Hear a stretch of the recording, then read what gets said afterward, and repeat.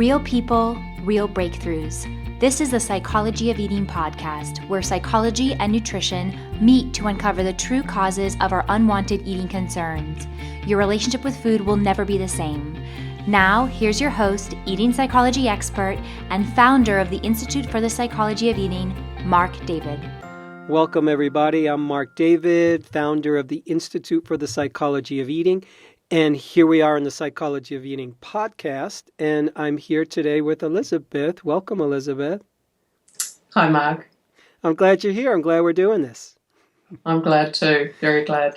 And for people who are tuning in for the first time, let me tell you what we're doing here in the Psychology of Eating podcast. So the way we have this set up is we're going to have a session together, and Elizabeth and I are going to work on whatever she wants to work on in terms of food, body, and health. And we're going to try to take 6 months to a year's worth of coaching and squeeze it into one, approximately hour-long session that we're going to do together here. And the idea is to fast-track things and help you get some openings and help you get some breakthroughs and get some insights and just kind of get you further along the way to where you want to go.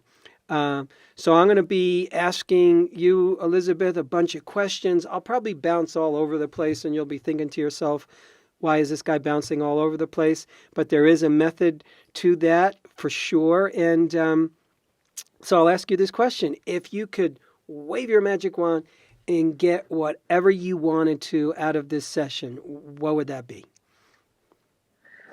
I think more of an understanding of why I do what I do regarding the food, and perhaps, like I'm in my 50s and I've had this problem since I was 13, and I've always had body image and self-esteem issues. I just feel like, I'm a woman in my 50s. I should be over all that by now, but I'm not. Mm-hmm. And I'd love some answers in that way. Yeah, I don't blame you. Let's see if we could do something about that. So you said, I want to understand why I do what I do with food. What do you do? Other than the body image kind of stuff, what happens with food for you? Well, binge eating.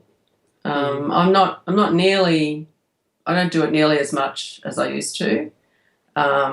And I don't beat myself up nearly as much as I used to. So they're two good things, but I still do it from time to time.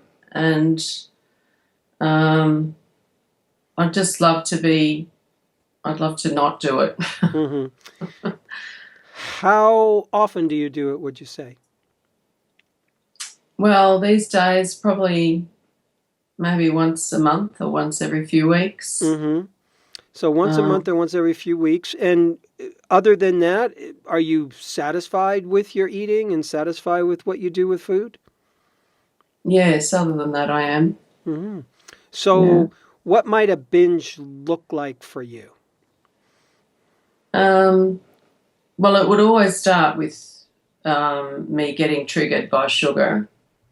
And it might be that I allow myself to have some sugar thinking this is going to do you in, but I do it anyway. And once it's in my system, I just seem to want more and more of it. Mm-hmm. So, it could be a couple of chocolate bars and a couple of ice creams and, 3 or 4 or 5 or 6 things, one after the other, until, I just literally feel sick and don't want to eat anymore, but then realise what I've done. Mm-hmm. So you could eat a bunch of sugar, you could eat a bunch of food, and all of a sudden you're looking at yourself going, wow, I didn't stop myself and look at all that. Okay, so it's once every couple of weeks, maybe once a month. And in terms of the body image stuff, how long has that been like that for you where you've been dissatisfied? It feels like forever. Mm-hmm. I think probably from when I was about 13. Mm-hmm. And what do you remember thinking back then? Like, do you remember the first time that you thought something? Yeah, I just never felt good enough amongst my peers at school.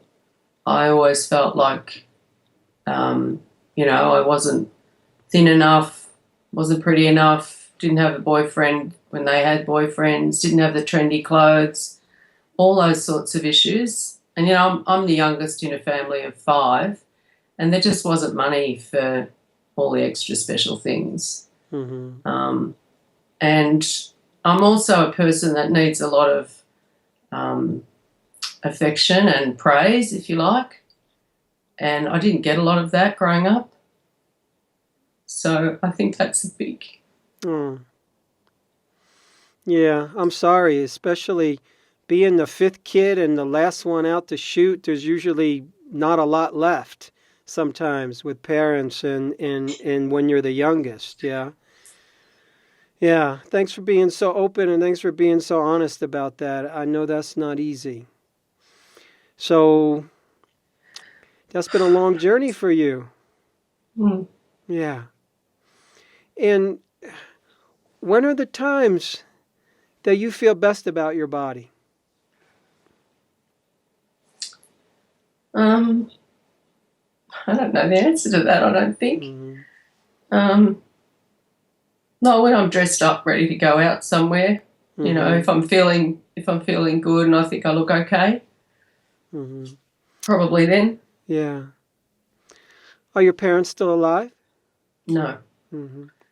I lost my dad 20 years ago and my mother last year. Mm. I was really close to my mother. In fact, she lived with us for 21 years. Wow. So that's been really hard. Yeah. It's sort of like you're an orphan now when both parents die. I know that feeling. You're all of a sudden we kind of realize that we're mortal and we don't have our parents anymore. Yeah, exactly. Yeah. It's a strange transition to make inside oneself, for sure. Yeah. How was your mom's relationship with her body? Not too bad, actually. Mm. Well, she had osteoporosis, so she had corvosis of the spine, where you get that hump. So that worried her in the last 20 years, I suppose. That annoyed her that she had that, but she was nothing like me, as in I don't think she had huge issues. Although she did have an alcohol issue, actually. Not so much in latter years, but when we were young. So that, I know, had a big bearing on me as well. And are you married? Yes. How long? Happily married. Yeah? How long? Yeah, 37 years. Woo! Yeah, I love them to bits. And kids? I've got 4 sons and 4 sons. grandchildren. Wow. Yeah. You're a busy lady. Yeah, I'm busy. So do you see them all? Are they like part of your daily or weekly life? Yeah, we try and have a family dinner at least once a fortnight. And we're all very close, which is great. And how does your husband feel about your body? He loves me. He's fine with it. Oh, you poor woman, that's terrible. I know. It's so stupid, isn't it? Oh, yeah. It's so stupid. Uh-huh. I know that. The intelligent part of me knows that. But then there's this other little part that's just never happy. I get it. So you've been married 37 years and 4 boys. That must have been fun. Being a mama of 4 boys, 4 grandkids, husband who loves you. He's happy with your body. He's just probably happy. I'm gonna go into guy world here and just kind of guess. He's just probably happy when he's getting enough touch and sex and intimacy, and he's not sitting there judging you and wishing you were something else. Yeah, that's right. Yeah, men are very simple in that way. I got to tell you. So, I want to ask you this question again. Are there times when you notice that you feel okay with your body, or you just don't notice the chatter that's negative about, oh, I look like this, I look like that, I should look like this or that? Yeah, sometimes, I suppose. But my whole life seems to revolve around food and trying to eat healthy. Like, I know a reasonable amount about nutrition, and I've always home cooked everything. We eat very little junk food. And so my whole life seems to revolve around food and me wanting to lose weight. And I look at photos of myself from years ago when I thought I was, too overweight. I look at those photos now and I think, I just want to be like that again. Silly. I know I need to do heaps of work on trying to love myself more, and I have been trying to do that. But I'm still, my weight's not shifting, and I'm a bit stumped at the moment. I know I've done a lot of emotional eating over Mum, but I'm trying to get past that now. It's nearly her 1-year anniversary, and I'm, trying to tell myself what she'd tell me and just get on with it. And how much weight do you want to lose? Well, I'd love to lose 20 kilos, but I'd be happy with 10. Okay, so when was the last time that you were 10 to 20 kilos less? Only about 2 years ago. And how did you get there?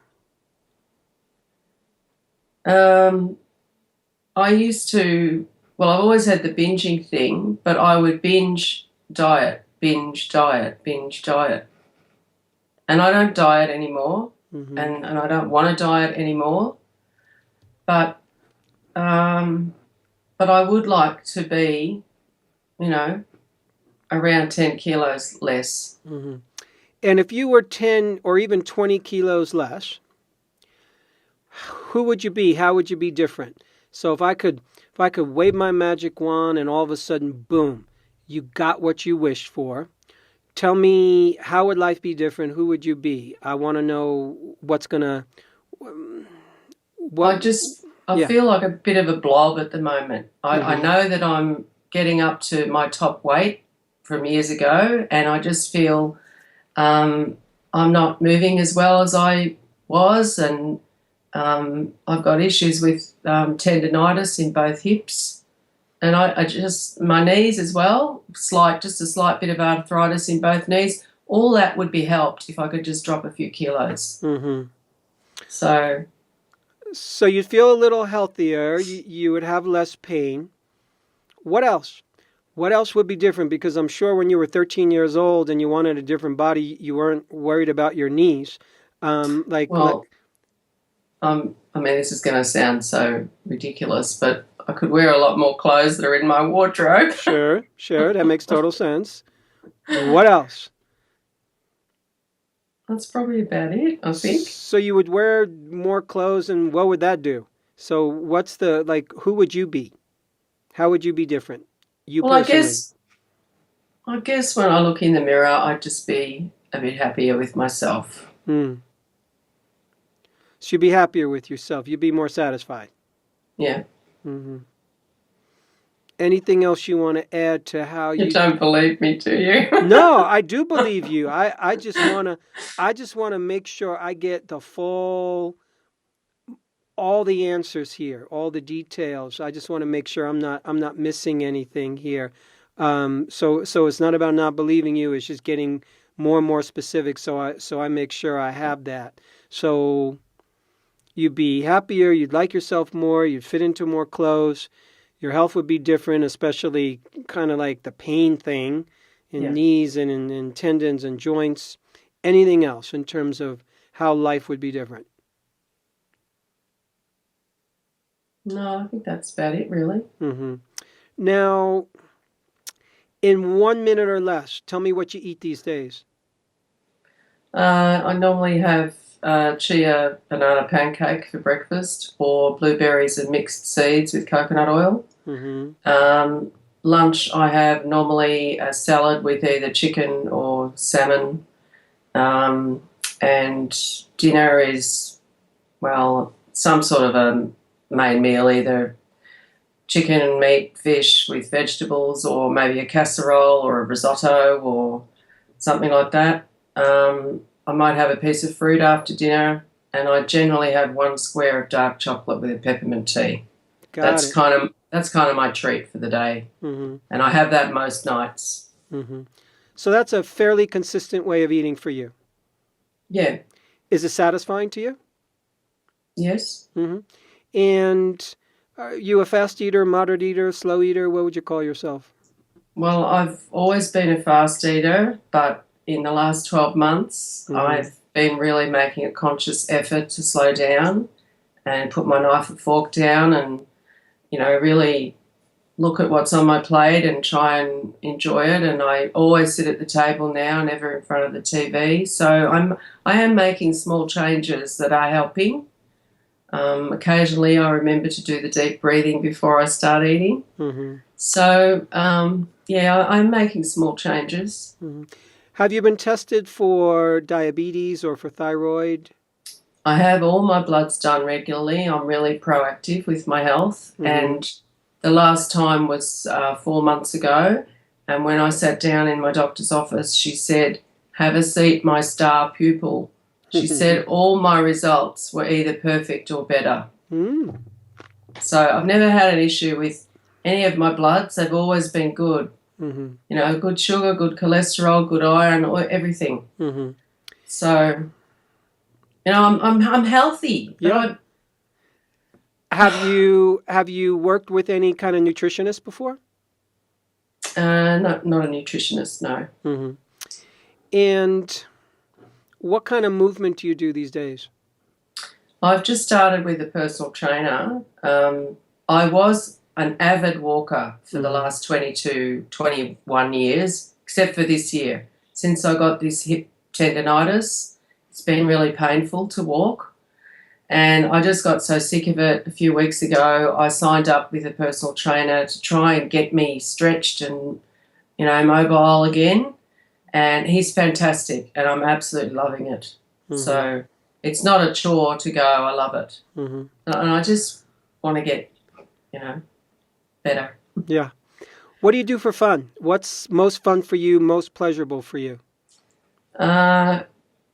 Singing would be number one. Mm-hmm. And cooking and entertaining at home would be number two. Mm-hmm. And having my family around me, that probably comes in at number one, actually, when all the boys come over and the kids. Yeah. And how does your family, your sons, feel about your weight? Do they ever say anything to you?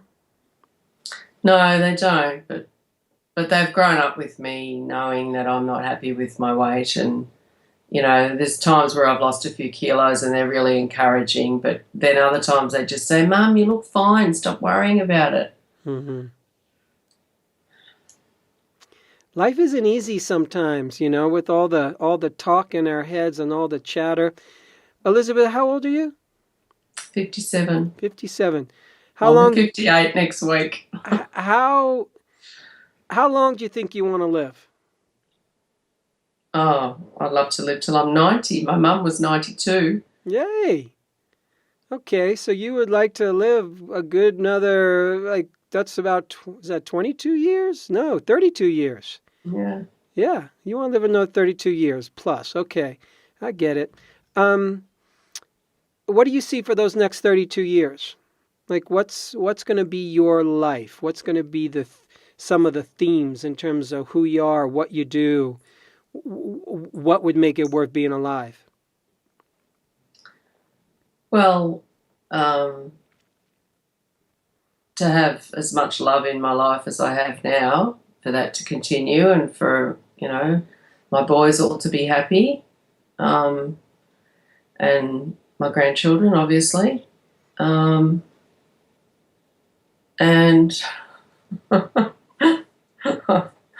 I can't believe I'm even going to say this. Good.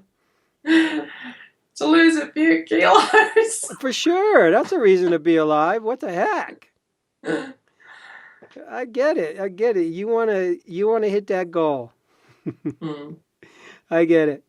So why do you think, if you think at all about this, or if you have any ideas at all, I should say, why do you think you have difficulty losing the weight? Well,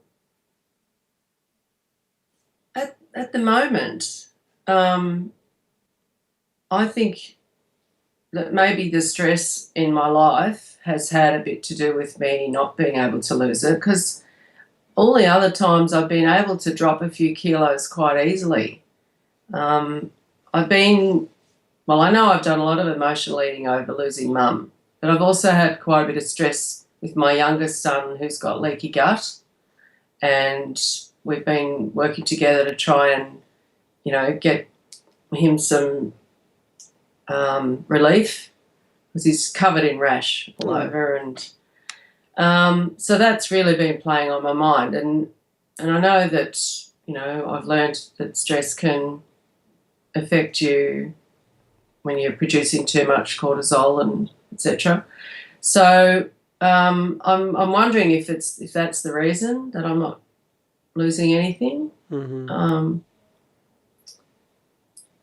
I'm trying to calm myself down and just say, relax and go with the flow. So you think it might be stress. And tell me again, I asked you this question, but I forgot the answer. The last time you were 10 to 20 kilos less was around... 2 years ago. 2 years ago. Was your mom sick before she died? Like, was it sudden that it happened, or was it gradual? She was actually only really sick for 3 days. So we were very lucky. But on and off, she's had broken limbs, and she has needed a bit of care, quite a bit of care. Mm-hmm. And there was a little bit of a stress factor in the last couple of years with, for the first 18 years, she lived in a flat underneath our home. But we then built a home together, and she lived in the home with us. So It was very different. And, my husband's just been fantastic, but there were times where I was the meat in the sandwich trying to keep things happy, Yeah. So that's been a bit of a stress. But that's I haven't got that stress anymore, So I don't know. Okay. So let me put together some of my thoughts and ideas and opinions about how I see you and where you're at. So Elizabeth, I get that you want to lose weight. I totally get that, and I get that it's like that dream has been around for a while, and the dissatisfaction with your body has been there, kind of forever, and it's a challenge because, even now the way you're eating, it would sound like, hey, the weight should come off, and it doesn't. So I get why it's easy to be frustrated here. Here's what I want to say. I always find it useful that when we've been doing something for a long time and it doesn't work, like more than 5 or 10 or 15 or 20 years, that it's time to do it different. And for no other reason, everything I'm going to suggest to you is sort of doing it different, all with the interest of seeing what happens. So yours is not a clear-cut case of, oh, Elizabeth, this is what you need to do to lose weight, because it's a little bit of a mystery here as to why it doesn't come off in the way you think it should or I think it should.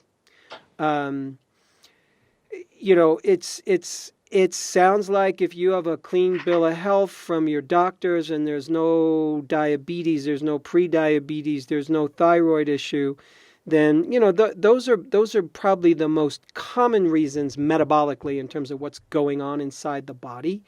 Adrenal burnout as well, why somebody might have trouble letting go of weight. I also believe that there's a lot of us who are a little more sensitive. There's some people are just more hardy than others. They're less affected by the craziness of the world. They're less affected by the moon and the stars and the sun and the people and all the emotions and the nonsense that you have to deal with being a human being. So my sense about you is you're very sensitive. Over too sensitive, Too way too sensitive. Have been my whole life. Yeah. So I get that about you, and I want to tell you straight up that when I'm talking to someone like yourself who responds in that way, like way too sensitive, I've been that way my whole life.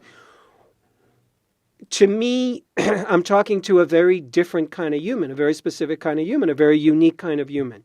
I'm going to talk to you different than I'm going to talk to the person who's not so sensitive. So what I want to say about the ones who are exquisitely sensitive is that they're more sensitive to emotions, they're more sensitive to feelings, they're more sensitive to the words that people say, to the harm that people do. You're probably more sensitive to the things people don't say, but you know that they're thinking or feeling, right? And you're probably one of those, you're probably a little bit more empathic and you pick up on that sort of thing and you take it on. Yeah. Now, especially being the fifth child, if you're an empath and you're sensitive, you're really going to take a lot of that on because you're the last on the list in a strange way and you're kind of watching all these other people and you're trying to figure out, okay, what do I got to do to fit in? So part of it feels like, part of the theme that it sounds like you have in this life is, when am I going to fit in and how do I fit in here? Yeah. Is that true? Does that ring true for you? Yeah, it's kind of a am I good enough feeling. Yes. But it's also weird because so many of my friends think that I'm this super confident, super duper woman because I do different things in the public, give talks and sing and MC functions. And I'm fine doing all that. Isn't that kind of weird to you? Of course, but humans are weird. You're weird. I'm weird. You introduce me to anybody, give me 15 minutes with them, and I'll tell you why they're weird. It's not that you're not unique, but we're strange people. So am I? So rather than when am I going to fit in? It's more for you like, am I acceptable? Am I okay? Is that it? Yeah. Am I good enough? Am I good enough? Okay. So, am I good enough is sort of, I'm going to call that the core question that you go through life with, that kind of drives you. And all of us have some key driving questions or key driving needs or key driving holes that we have to fulfill. So I'm not just kind of pushing you up against a wall and saying, oh, this is you, this is your problem. I'm talking to the humanity in you and in all of us. So, am I good enough? And part of the answer to that question in your mind is, I will be good enough when I lose some amount of kilos. That's your answer to that question, in my opinion. Mm-hmm. When you ask the question, am I good enough? There's not really an answer that comes back from the environment, even though your husband loves you and your friends think you're great and all this, but you still don't feel good enough. So when you try to add that all up, when you try to figure that out in your own mind, and I'm just trying to eavesdrop on your mind here and how you process and how your brain works, my guess is that from an early age you looked around and you concluded that I will be good enough when I look a certain way, which means weighing a certain amount. Yeah. I wasn't overweight as a young child, but once I got to secondary school, from about 13 onwards, that was when I really started to feel like the odd one out. And that's when I started to put the weight on, because I turned to food as a comfort. Yeah. Before I even knew I was doing it. So isn't that interesting how I want to fit in, and fitting in means, looking good and weighing a certain amount, but if I'm not there, then I turn to food, which technically on paper makes it even worse. So to the 13-year-old mind, what I want to say is that's a very reasonable conclusion, because the hormones are starting to fly, and people are starting to date, and people are starting to kiss and do whatever they do. And you might notice, wow, this one has a boyfriend and that one has a girlfriend, and what's wrong with me? What do I got to do? And what needs to happen here? So you made a conclusion. And the conclusion was, I'm going to be in the in crowd here in some way if I lose the weight. Yeah. So I'm trying to trace this back for you. And I'm trying to let you know that that's a adolescent strategy. And it's a brilliant adolescent strategy because we want to fit in. We want to belong. We want to know that I'm good enough. If I don't feel good enough, then I'm not going to like myself in the world. So one of the driving forces of humans, particularly at a young age, is to feel good enough, to feel acceptable, to feel that I am okay as I am. And what happens is a lot of us don't feel good for a number of different reasons, but it's easy to lock onto the food and weight thing, because the world is constantly giving us the message, if you have the food and weight thing down, then you're going to be okay. You're going to be part of the in crowd. You and I and all of us have been getting messages from the media, from advertising, from television, from magazines, from images, constantly bombarded with, if you look like this, you will be good enough. And we don't even know how heavy that weighs on us. So what I want to say is, my feeling about you is you've taken this on really seriously, that you have to be a certain way and look a certain way in order to be good enough. And you haven't been able to shake it off. You haven't been able to shake it off all these years. And I get it, because it's hard to shake off. People go to the grave and they're not liberated from, oh my God, am I okay? Do I need to lose weight? What am I going to do to be acceptable? So here's what I want to say. And this is the psychology guy in me speaking to the psychology gal in you. Okay, so there's all kinds of ways to talk about this. So I'm going to talk about it in that way for a moment. So the psychology guy in me, talking to the psychology gal in you, wants to say that there's a part of you that's still 13 years old. Mm. And it's very sweet. There's a part of you that's extremely innocent. There's a part of you that's very vulnerable. And there's a part of you that's just very childlike. And I didn't say childish, I said childlike, which means a certain kind of innocence and vulnerability, which is very, very sweet. It's a very endearing quality that you have. And I noticed there was 2 times in this conversation when you stepped out of that persona. There was twice in this conversation where I swear to you, Elizabeth, I felt like I was all of a sudden talking to somebody different. And the 2 times that it happened was, early on in the conversation, and then in the middle of the conversation, when, early on when I was saying, tell me about your husband, how does he feel about your body? And all of a sudden you started laughing and you said, isn't this crazy? You said, I know I'm not supposed to be thinking this way. My husband loves my body. He loves me. I know I'm not supposed to think this way. Isn't this crazy? And you were just almost looking at yourself from the outside, laughing at how crazy it was. Yeah. That, by the way, is the adult in you who's able to step back and say, this is crazy. And then what happens is you shift to the child in you, because that's where you will tend to live whenever you start thinking about your body. You'll shift back and you're actually like a 13-year-old using the same operating system, using the same set of thoughts and strategies that 13-year-old girl was using, and you've overlaid it with other strategies.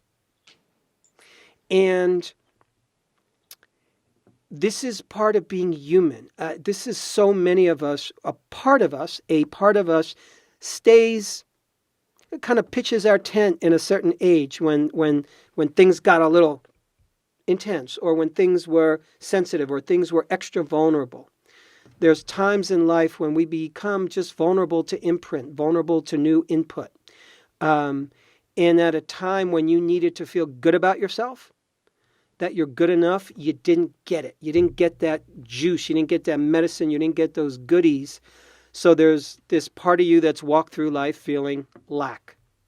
Yeah. And there's this other part of you that occasionally gets a little airtime, occasionally, and that happened a few times in this conversation, where you go, my God, I have four children and 4 grandkids, and wow, and a husband who loves me, and what a beautiful thing. So we all have these different personas inside of us. This is very important. We all have different people that live inside of us. We're not one person. We're a crowd. There's the mother in you. The mother in you is very different from the person I'm speaking to right now. There's the daughter in you. There's the wife in you. She's different. There's the performer, the singer. She's different. The MC in you. She's different. So what happens is when you go and you perform, or you MC, or you sing, people see that part of your specific personality, and they go, that's Elizabeth. And it's true, that is Elizabeth. But that's only one part. That's one personality. So you're focused, understandably so, on the persona, the personality that's just going, I want to lose some weight so I can feel acceptable. And that's where you spend a lot of your time. And here's the goal. And I'm just restating your goal a little bit in my own language. The goal is to get out of the hypnosis that 13-year-old girl is who you are in its total. It's a piece of who you are. And you give that piece a hell of a lot of airtime. And when that little girl gets a lot of airtime, she ain't happy. She doesn't feel good enough, and she gets a little down. She gets a little depressed. She gets a little judgmental of herself. She's not a mean girl, is my guess. She's just a girl who just kind of feels like, why me? So there's a place where I want you to be in your queen more. There's a place where I want you to occupy that throne more. So it's going to be less about how do we fix that little girl right now, and it's more about how do I step into my queenhood more. Because your focus, when I asked you, so, what's the game plan? How long do you want to live? Okay, 90, that's about 32 years. One of the things that you want, and you laughed when you said it, and it was great because that was the adult in you coming out. You're like, I want to lose a few kilos. What I really heard you say beneath that code language was, I want to feel good about myself. What I'm going to say to you is that your math isn't accurate. The math in your head says, I will feel good enough when I lose X number of kilos. What I'm saying is, I don't know that that's true, because there's been times when you've been 10 or 20 kilos less. There's been times in your life, and you look back now and go, wow, I wish I had that body now. And when you thought you were fat. Yeah. So what I'm saying is, even when you were there, it didn't necessarily happen. And you might say to me, yeah, but this time I'm going to be okay with, this time it's going to work. And what I'm going to say is no. I'm going to say is, I don't want to count on that anymore, and I want to do a different strategy. And this is, on the one hand, not easy, but it's very simple. And it's a choice. And it's a choice that you make from your adult, big girl place. And I want to get back to this sensitive thing. Because what happens, my intuition tells me for you that sensitive side is so watery and so ocean-like and so overwhelming for you that it just takes you over. And I think what happens when you binge eat, when you go for the sugar, it's just totally taking you over. That sensitivity that I'm not good enough, it just totally takes over in those moments. Honestly, if you're only binging once or twice a month, I'm thinking not bad at all. It's not as bad as you think. Um, Especially if it's gotten a little bit more intense since your mom has died. It can take, for some people, years to mourn and to really grieve, and we never move on. We never move on. There's always going to be sadness. You know, my mother died in 1991, and I'll have, it's every once in a while, I'll just miss her and I'll cry like a baby. Uh, and my dad died in 1987, and every once in a while I'll just miss him and I'll cry like a baby. My grandparents died 40 years ago, and same thing. Yeah. So I don't know that we get over it, but we learn how to live with that pain and that grief and that loss. And to not let it take over us to the point that we can't be us and we can't function. So what I want for you is to learn how to live in a different way with what almost feels like a disappointment that you've carried over from a long time, from being a kid, the disappointment that you didn't quite get what you want when it came to feeling good enough. And I would love for you to start to find the evidence that you're good enough. This is very important, I think. And here's what I mean. I want to give you a homework assignment. And the homework assignment is to have a journal and to keep the journal by your bed and to do this at night. And if nighttime doesn't work, pick another time during the day when you're free and you're clear and you could just be silent and quiet.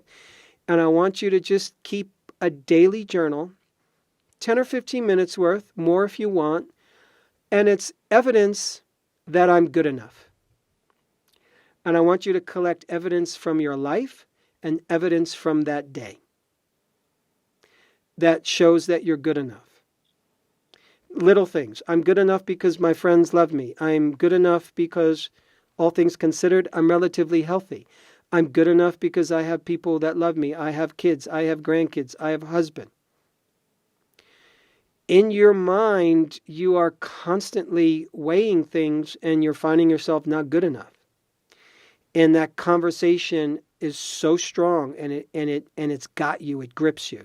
So what we're doing is we're introducing another conversation. And it's the kind of conversation that is actually worth having with yourself. And it's speaking to the part of you that is holding you back. It's speaking to that little girl in you that's, I'm not good enough, I'm not good enough. Well, actually, let's go to the facts.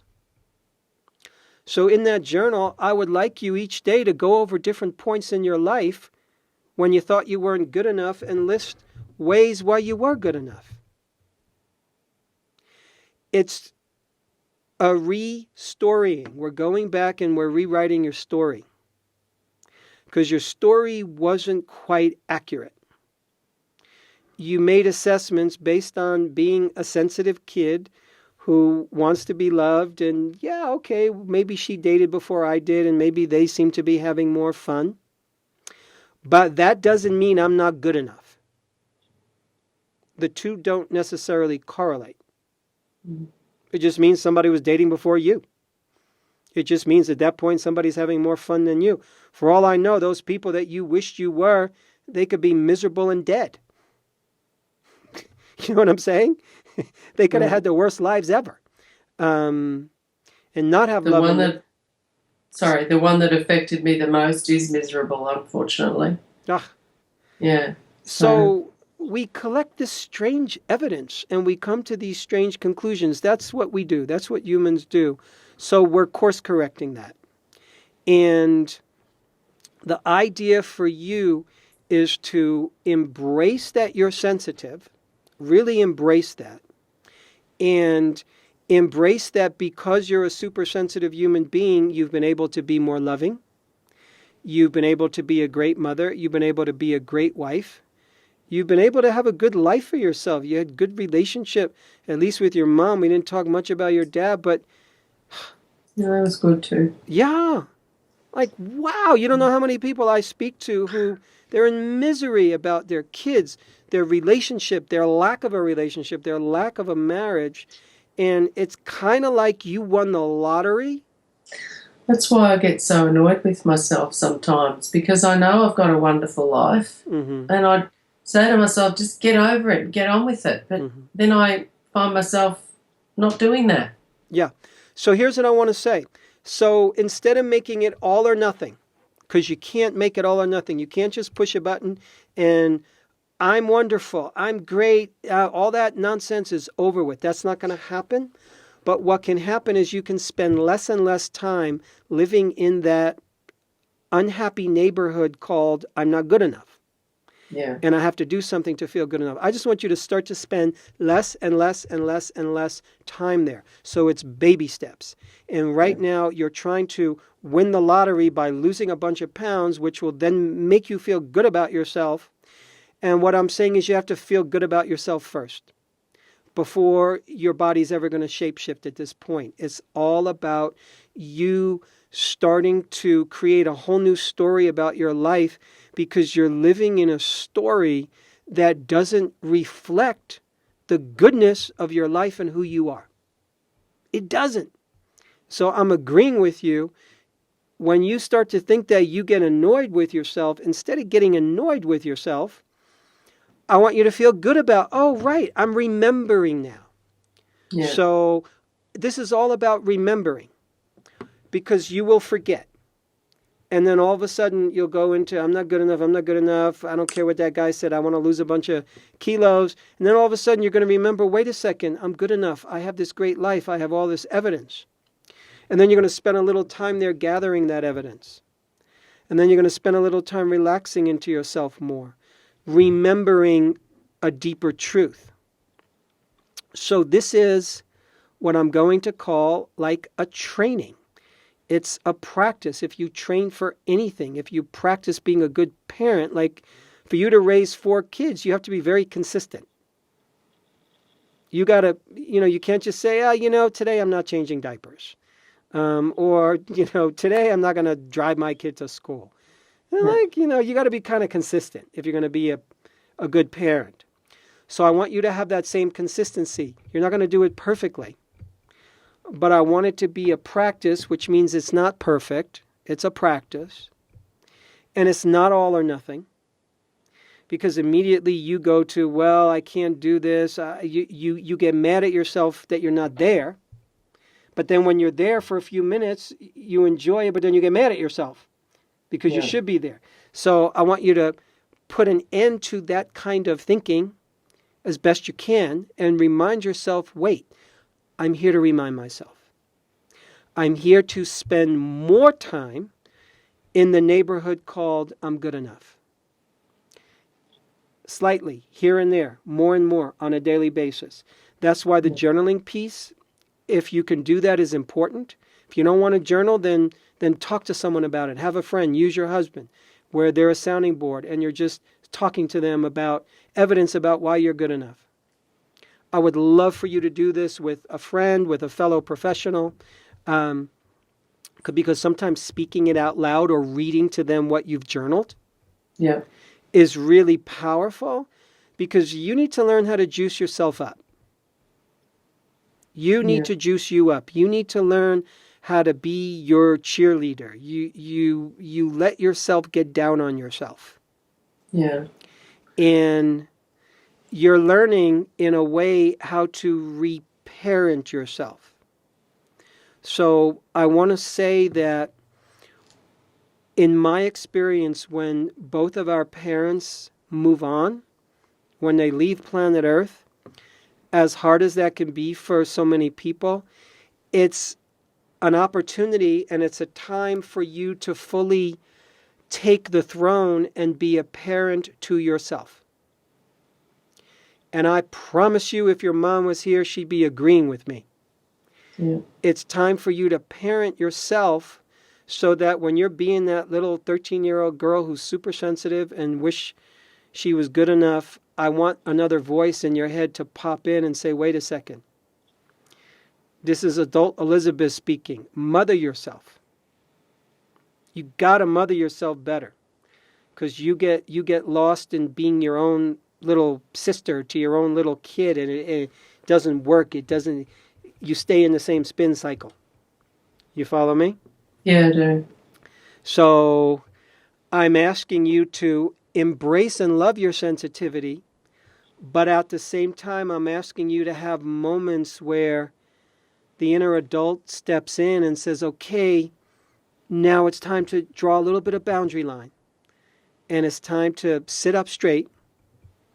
And it's time to remember that you have a good life, because your emotional self really pulls you down. So it's your greatest asset and it's your greatest liability. Are you with me? Yeah, I am with you. I definitely understand what you're saying. I mean, there's times where I've said, oh, I wish I wasn't so sensitive. And then I catch myself and I say, but then I wouldn't be who I am. Mm-hmm. So, you know. So that's why I'm saying I want you to embrace that sensitivity. I want you to love it. I want you to accept it. And at the same time, I also want you to be able to say to that part of you, I love you. And now it's time to lie on the couch for a while and take a break while the adult steps in, while the queen in me steps in. And you literally have to invoke the queen in you. The queen in you is the part of you that sits on the throne. And she's a queen. She's confident. She loves herself. She loves her life. She's got a queendom who loves to be around her and loves to serve her. And she loves to serve. A queen does not sit on her throne going, hey, everybody, do I need to lose a few kilos? Yeah, I think I do. I know you guys don't love me until I lose 10 or 20 kilos. That's not the queens we know and love. The queens we know and love, they ascend their throne and they know who they are. So you have to have a bigger vision for yourself. You got to have a bigger vision for yourself other than lose a bunch of kilos. The princess queen thing had the biggest impact on me of anything else. Mm-hmm. Yeah. Of course. It's huge for you. That's a really huge distinction, because that little girl in you, that 13-year-old girl, that's the sweet little princess who wants to be loved and adored. Yeah. As she should be. And as she should have been. And if she didn't get the love and adoration that she needs, or that she needed, then you personally can give it to her now. You are waiting for the world to give it to you, and the promise is, well, if I lose these kilos, the world will give me that acknowledgement. The world will tell me I'm okay and I'm a good princess. And I'm a pretty princess. The world doesn't care. The world ain't going to do that. The world is doing more important things in the world's eyes. Yeah. So that's something you have to do for you. And it's only the mother in you. Just think of the mother in you. How would you mother yourself? Yeah. When you're feeling down, when you're feeling like I'm not appreciated, I'm not good enough, how would you mother yourself if you were your own little girl? If you were your own little child, what would you tell yourself? How would you hold yourself? What advice would you give to yourself? What wisdom would you give to yourself? You have to start invoking that voice inside you. Otherwise, you're going to drown. And you're never going to transcend this. And I know you can do this because you have that part in you, because you've been a successful mom. And you have love in your life. And you have a man who adores you. And so you have that foundation. You have that winning lottery ticket. You just haven't kind of looked at it and went, yippee, you know? Yeah. So it's a practice. And it's a practice, and it's you catching yourself more and more and letting go more and more of having to apologize to anyone, including yourself, that you haven't lost some arbitrary amounts of kilos that's going to make you feel like you're good enough. Yeah. To me, if your body has weight to let go of, this is how you're going to let go of it. You're going to let go of it by changing your inner world. The stress of, I'm not good enough, I'm not good enough, I'm not good enough, that's a stress. That creates a mindset, that creates a chemistry. That creates a calorie burning metabolism. That's probably not ideal for you. So you're at a point in your life where you have to do the inner work. And I know you know this. Yeah. And the inner work is important. And the important thing is to know that you're doing it. Maybe everything's not happening as quickly as it should.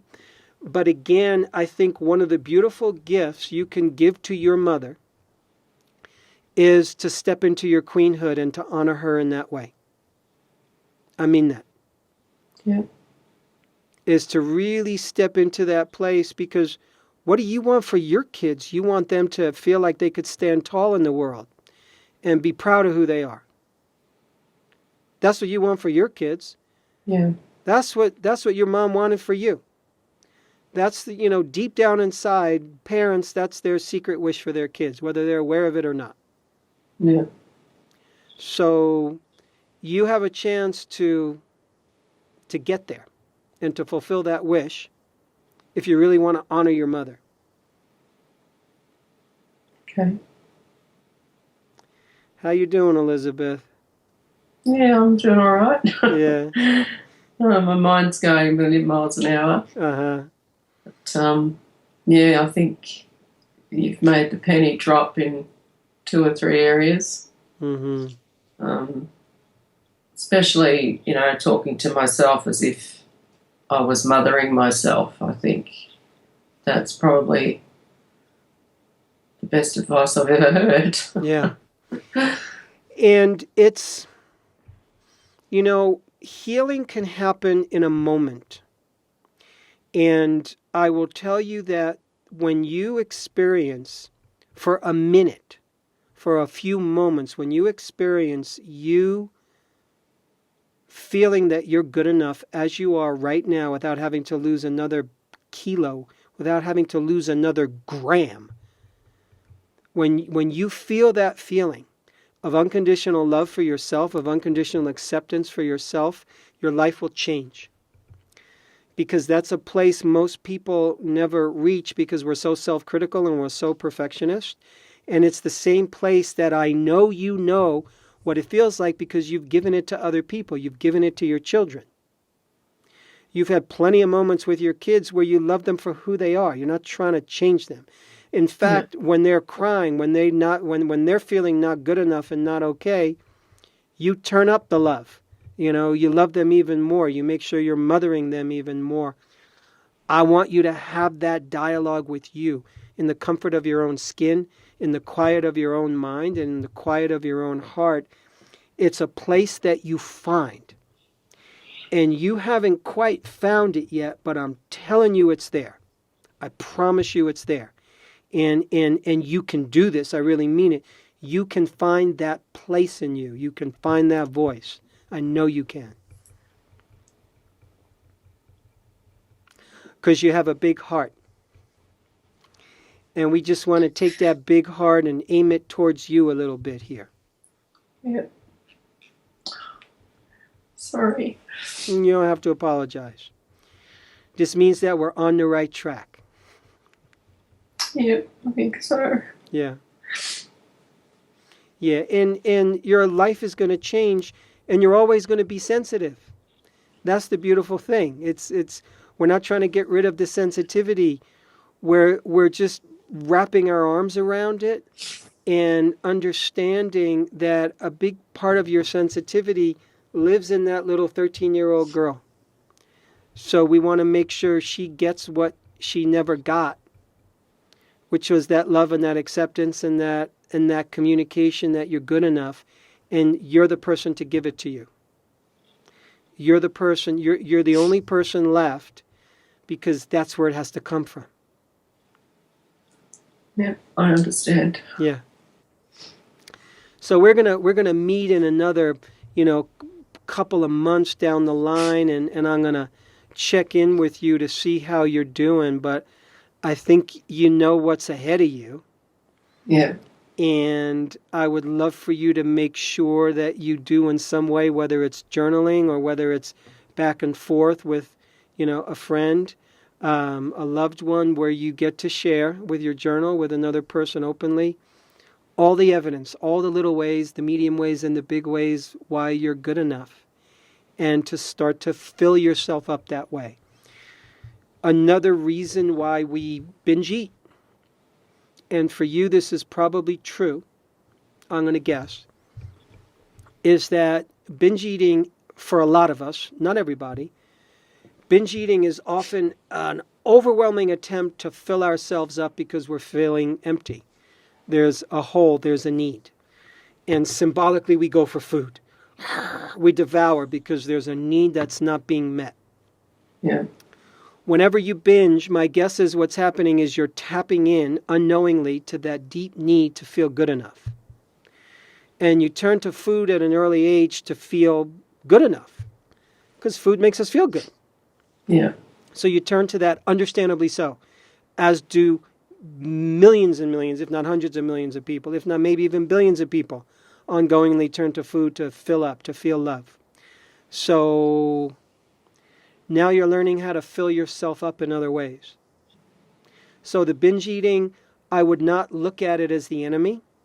I want you to look at it as a reminder that you have a big, powerful place inside you that wants love and wants attention and wants to be filled up. And when you start to fill that place up, little bits here and there on a daily basis, the need to binge and fill that place up all of a sudden because it's feeling so hungry, the need to do that will start to fall away. I promise you. Okay. Yeah. Thanks, Marc. Thanks, Elizabeth. Thanks for being so open and being so vulnerable and being so sensitive. Yeah.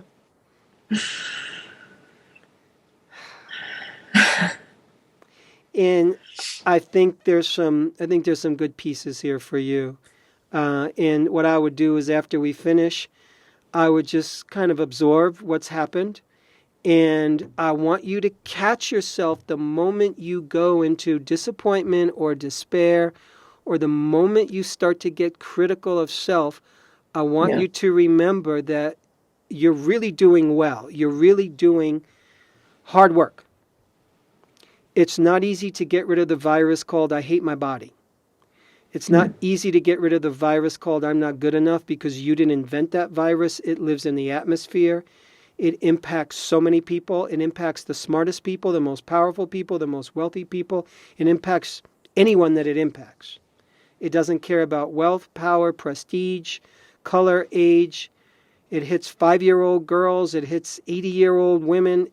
It's very powerful. So you're doing the work to reclaim yourself and reclaim your dignity and your authority and your self-love.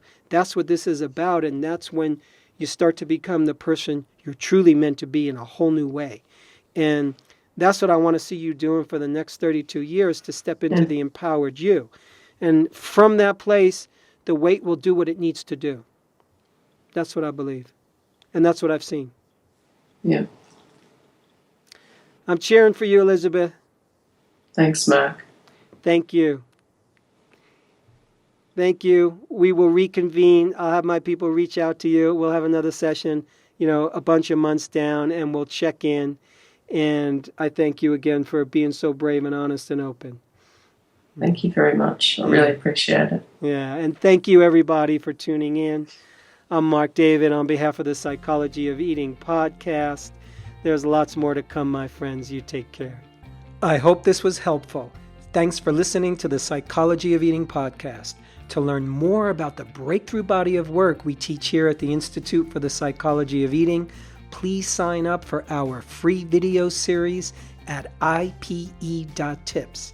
That's I for Institute, P for Psychology, E for Eating.tips, TIPS. you'll learn about the cutting-edge principles of dynamic eating psychology and mind-body nutrition that have helped millions of people forever transform their relationship with food, body, and health.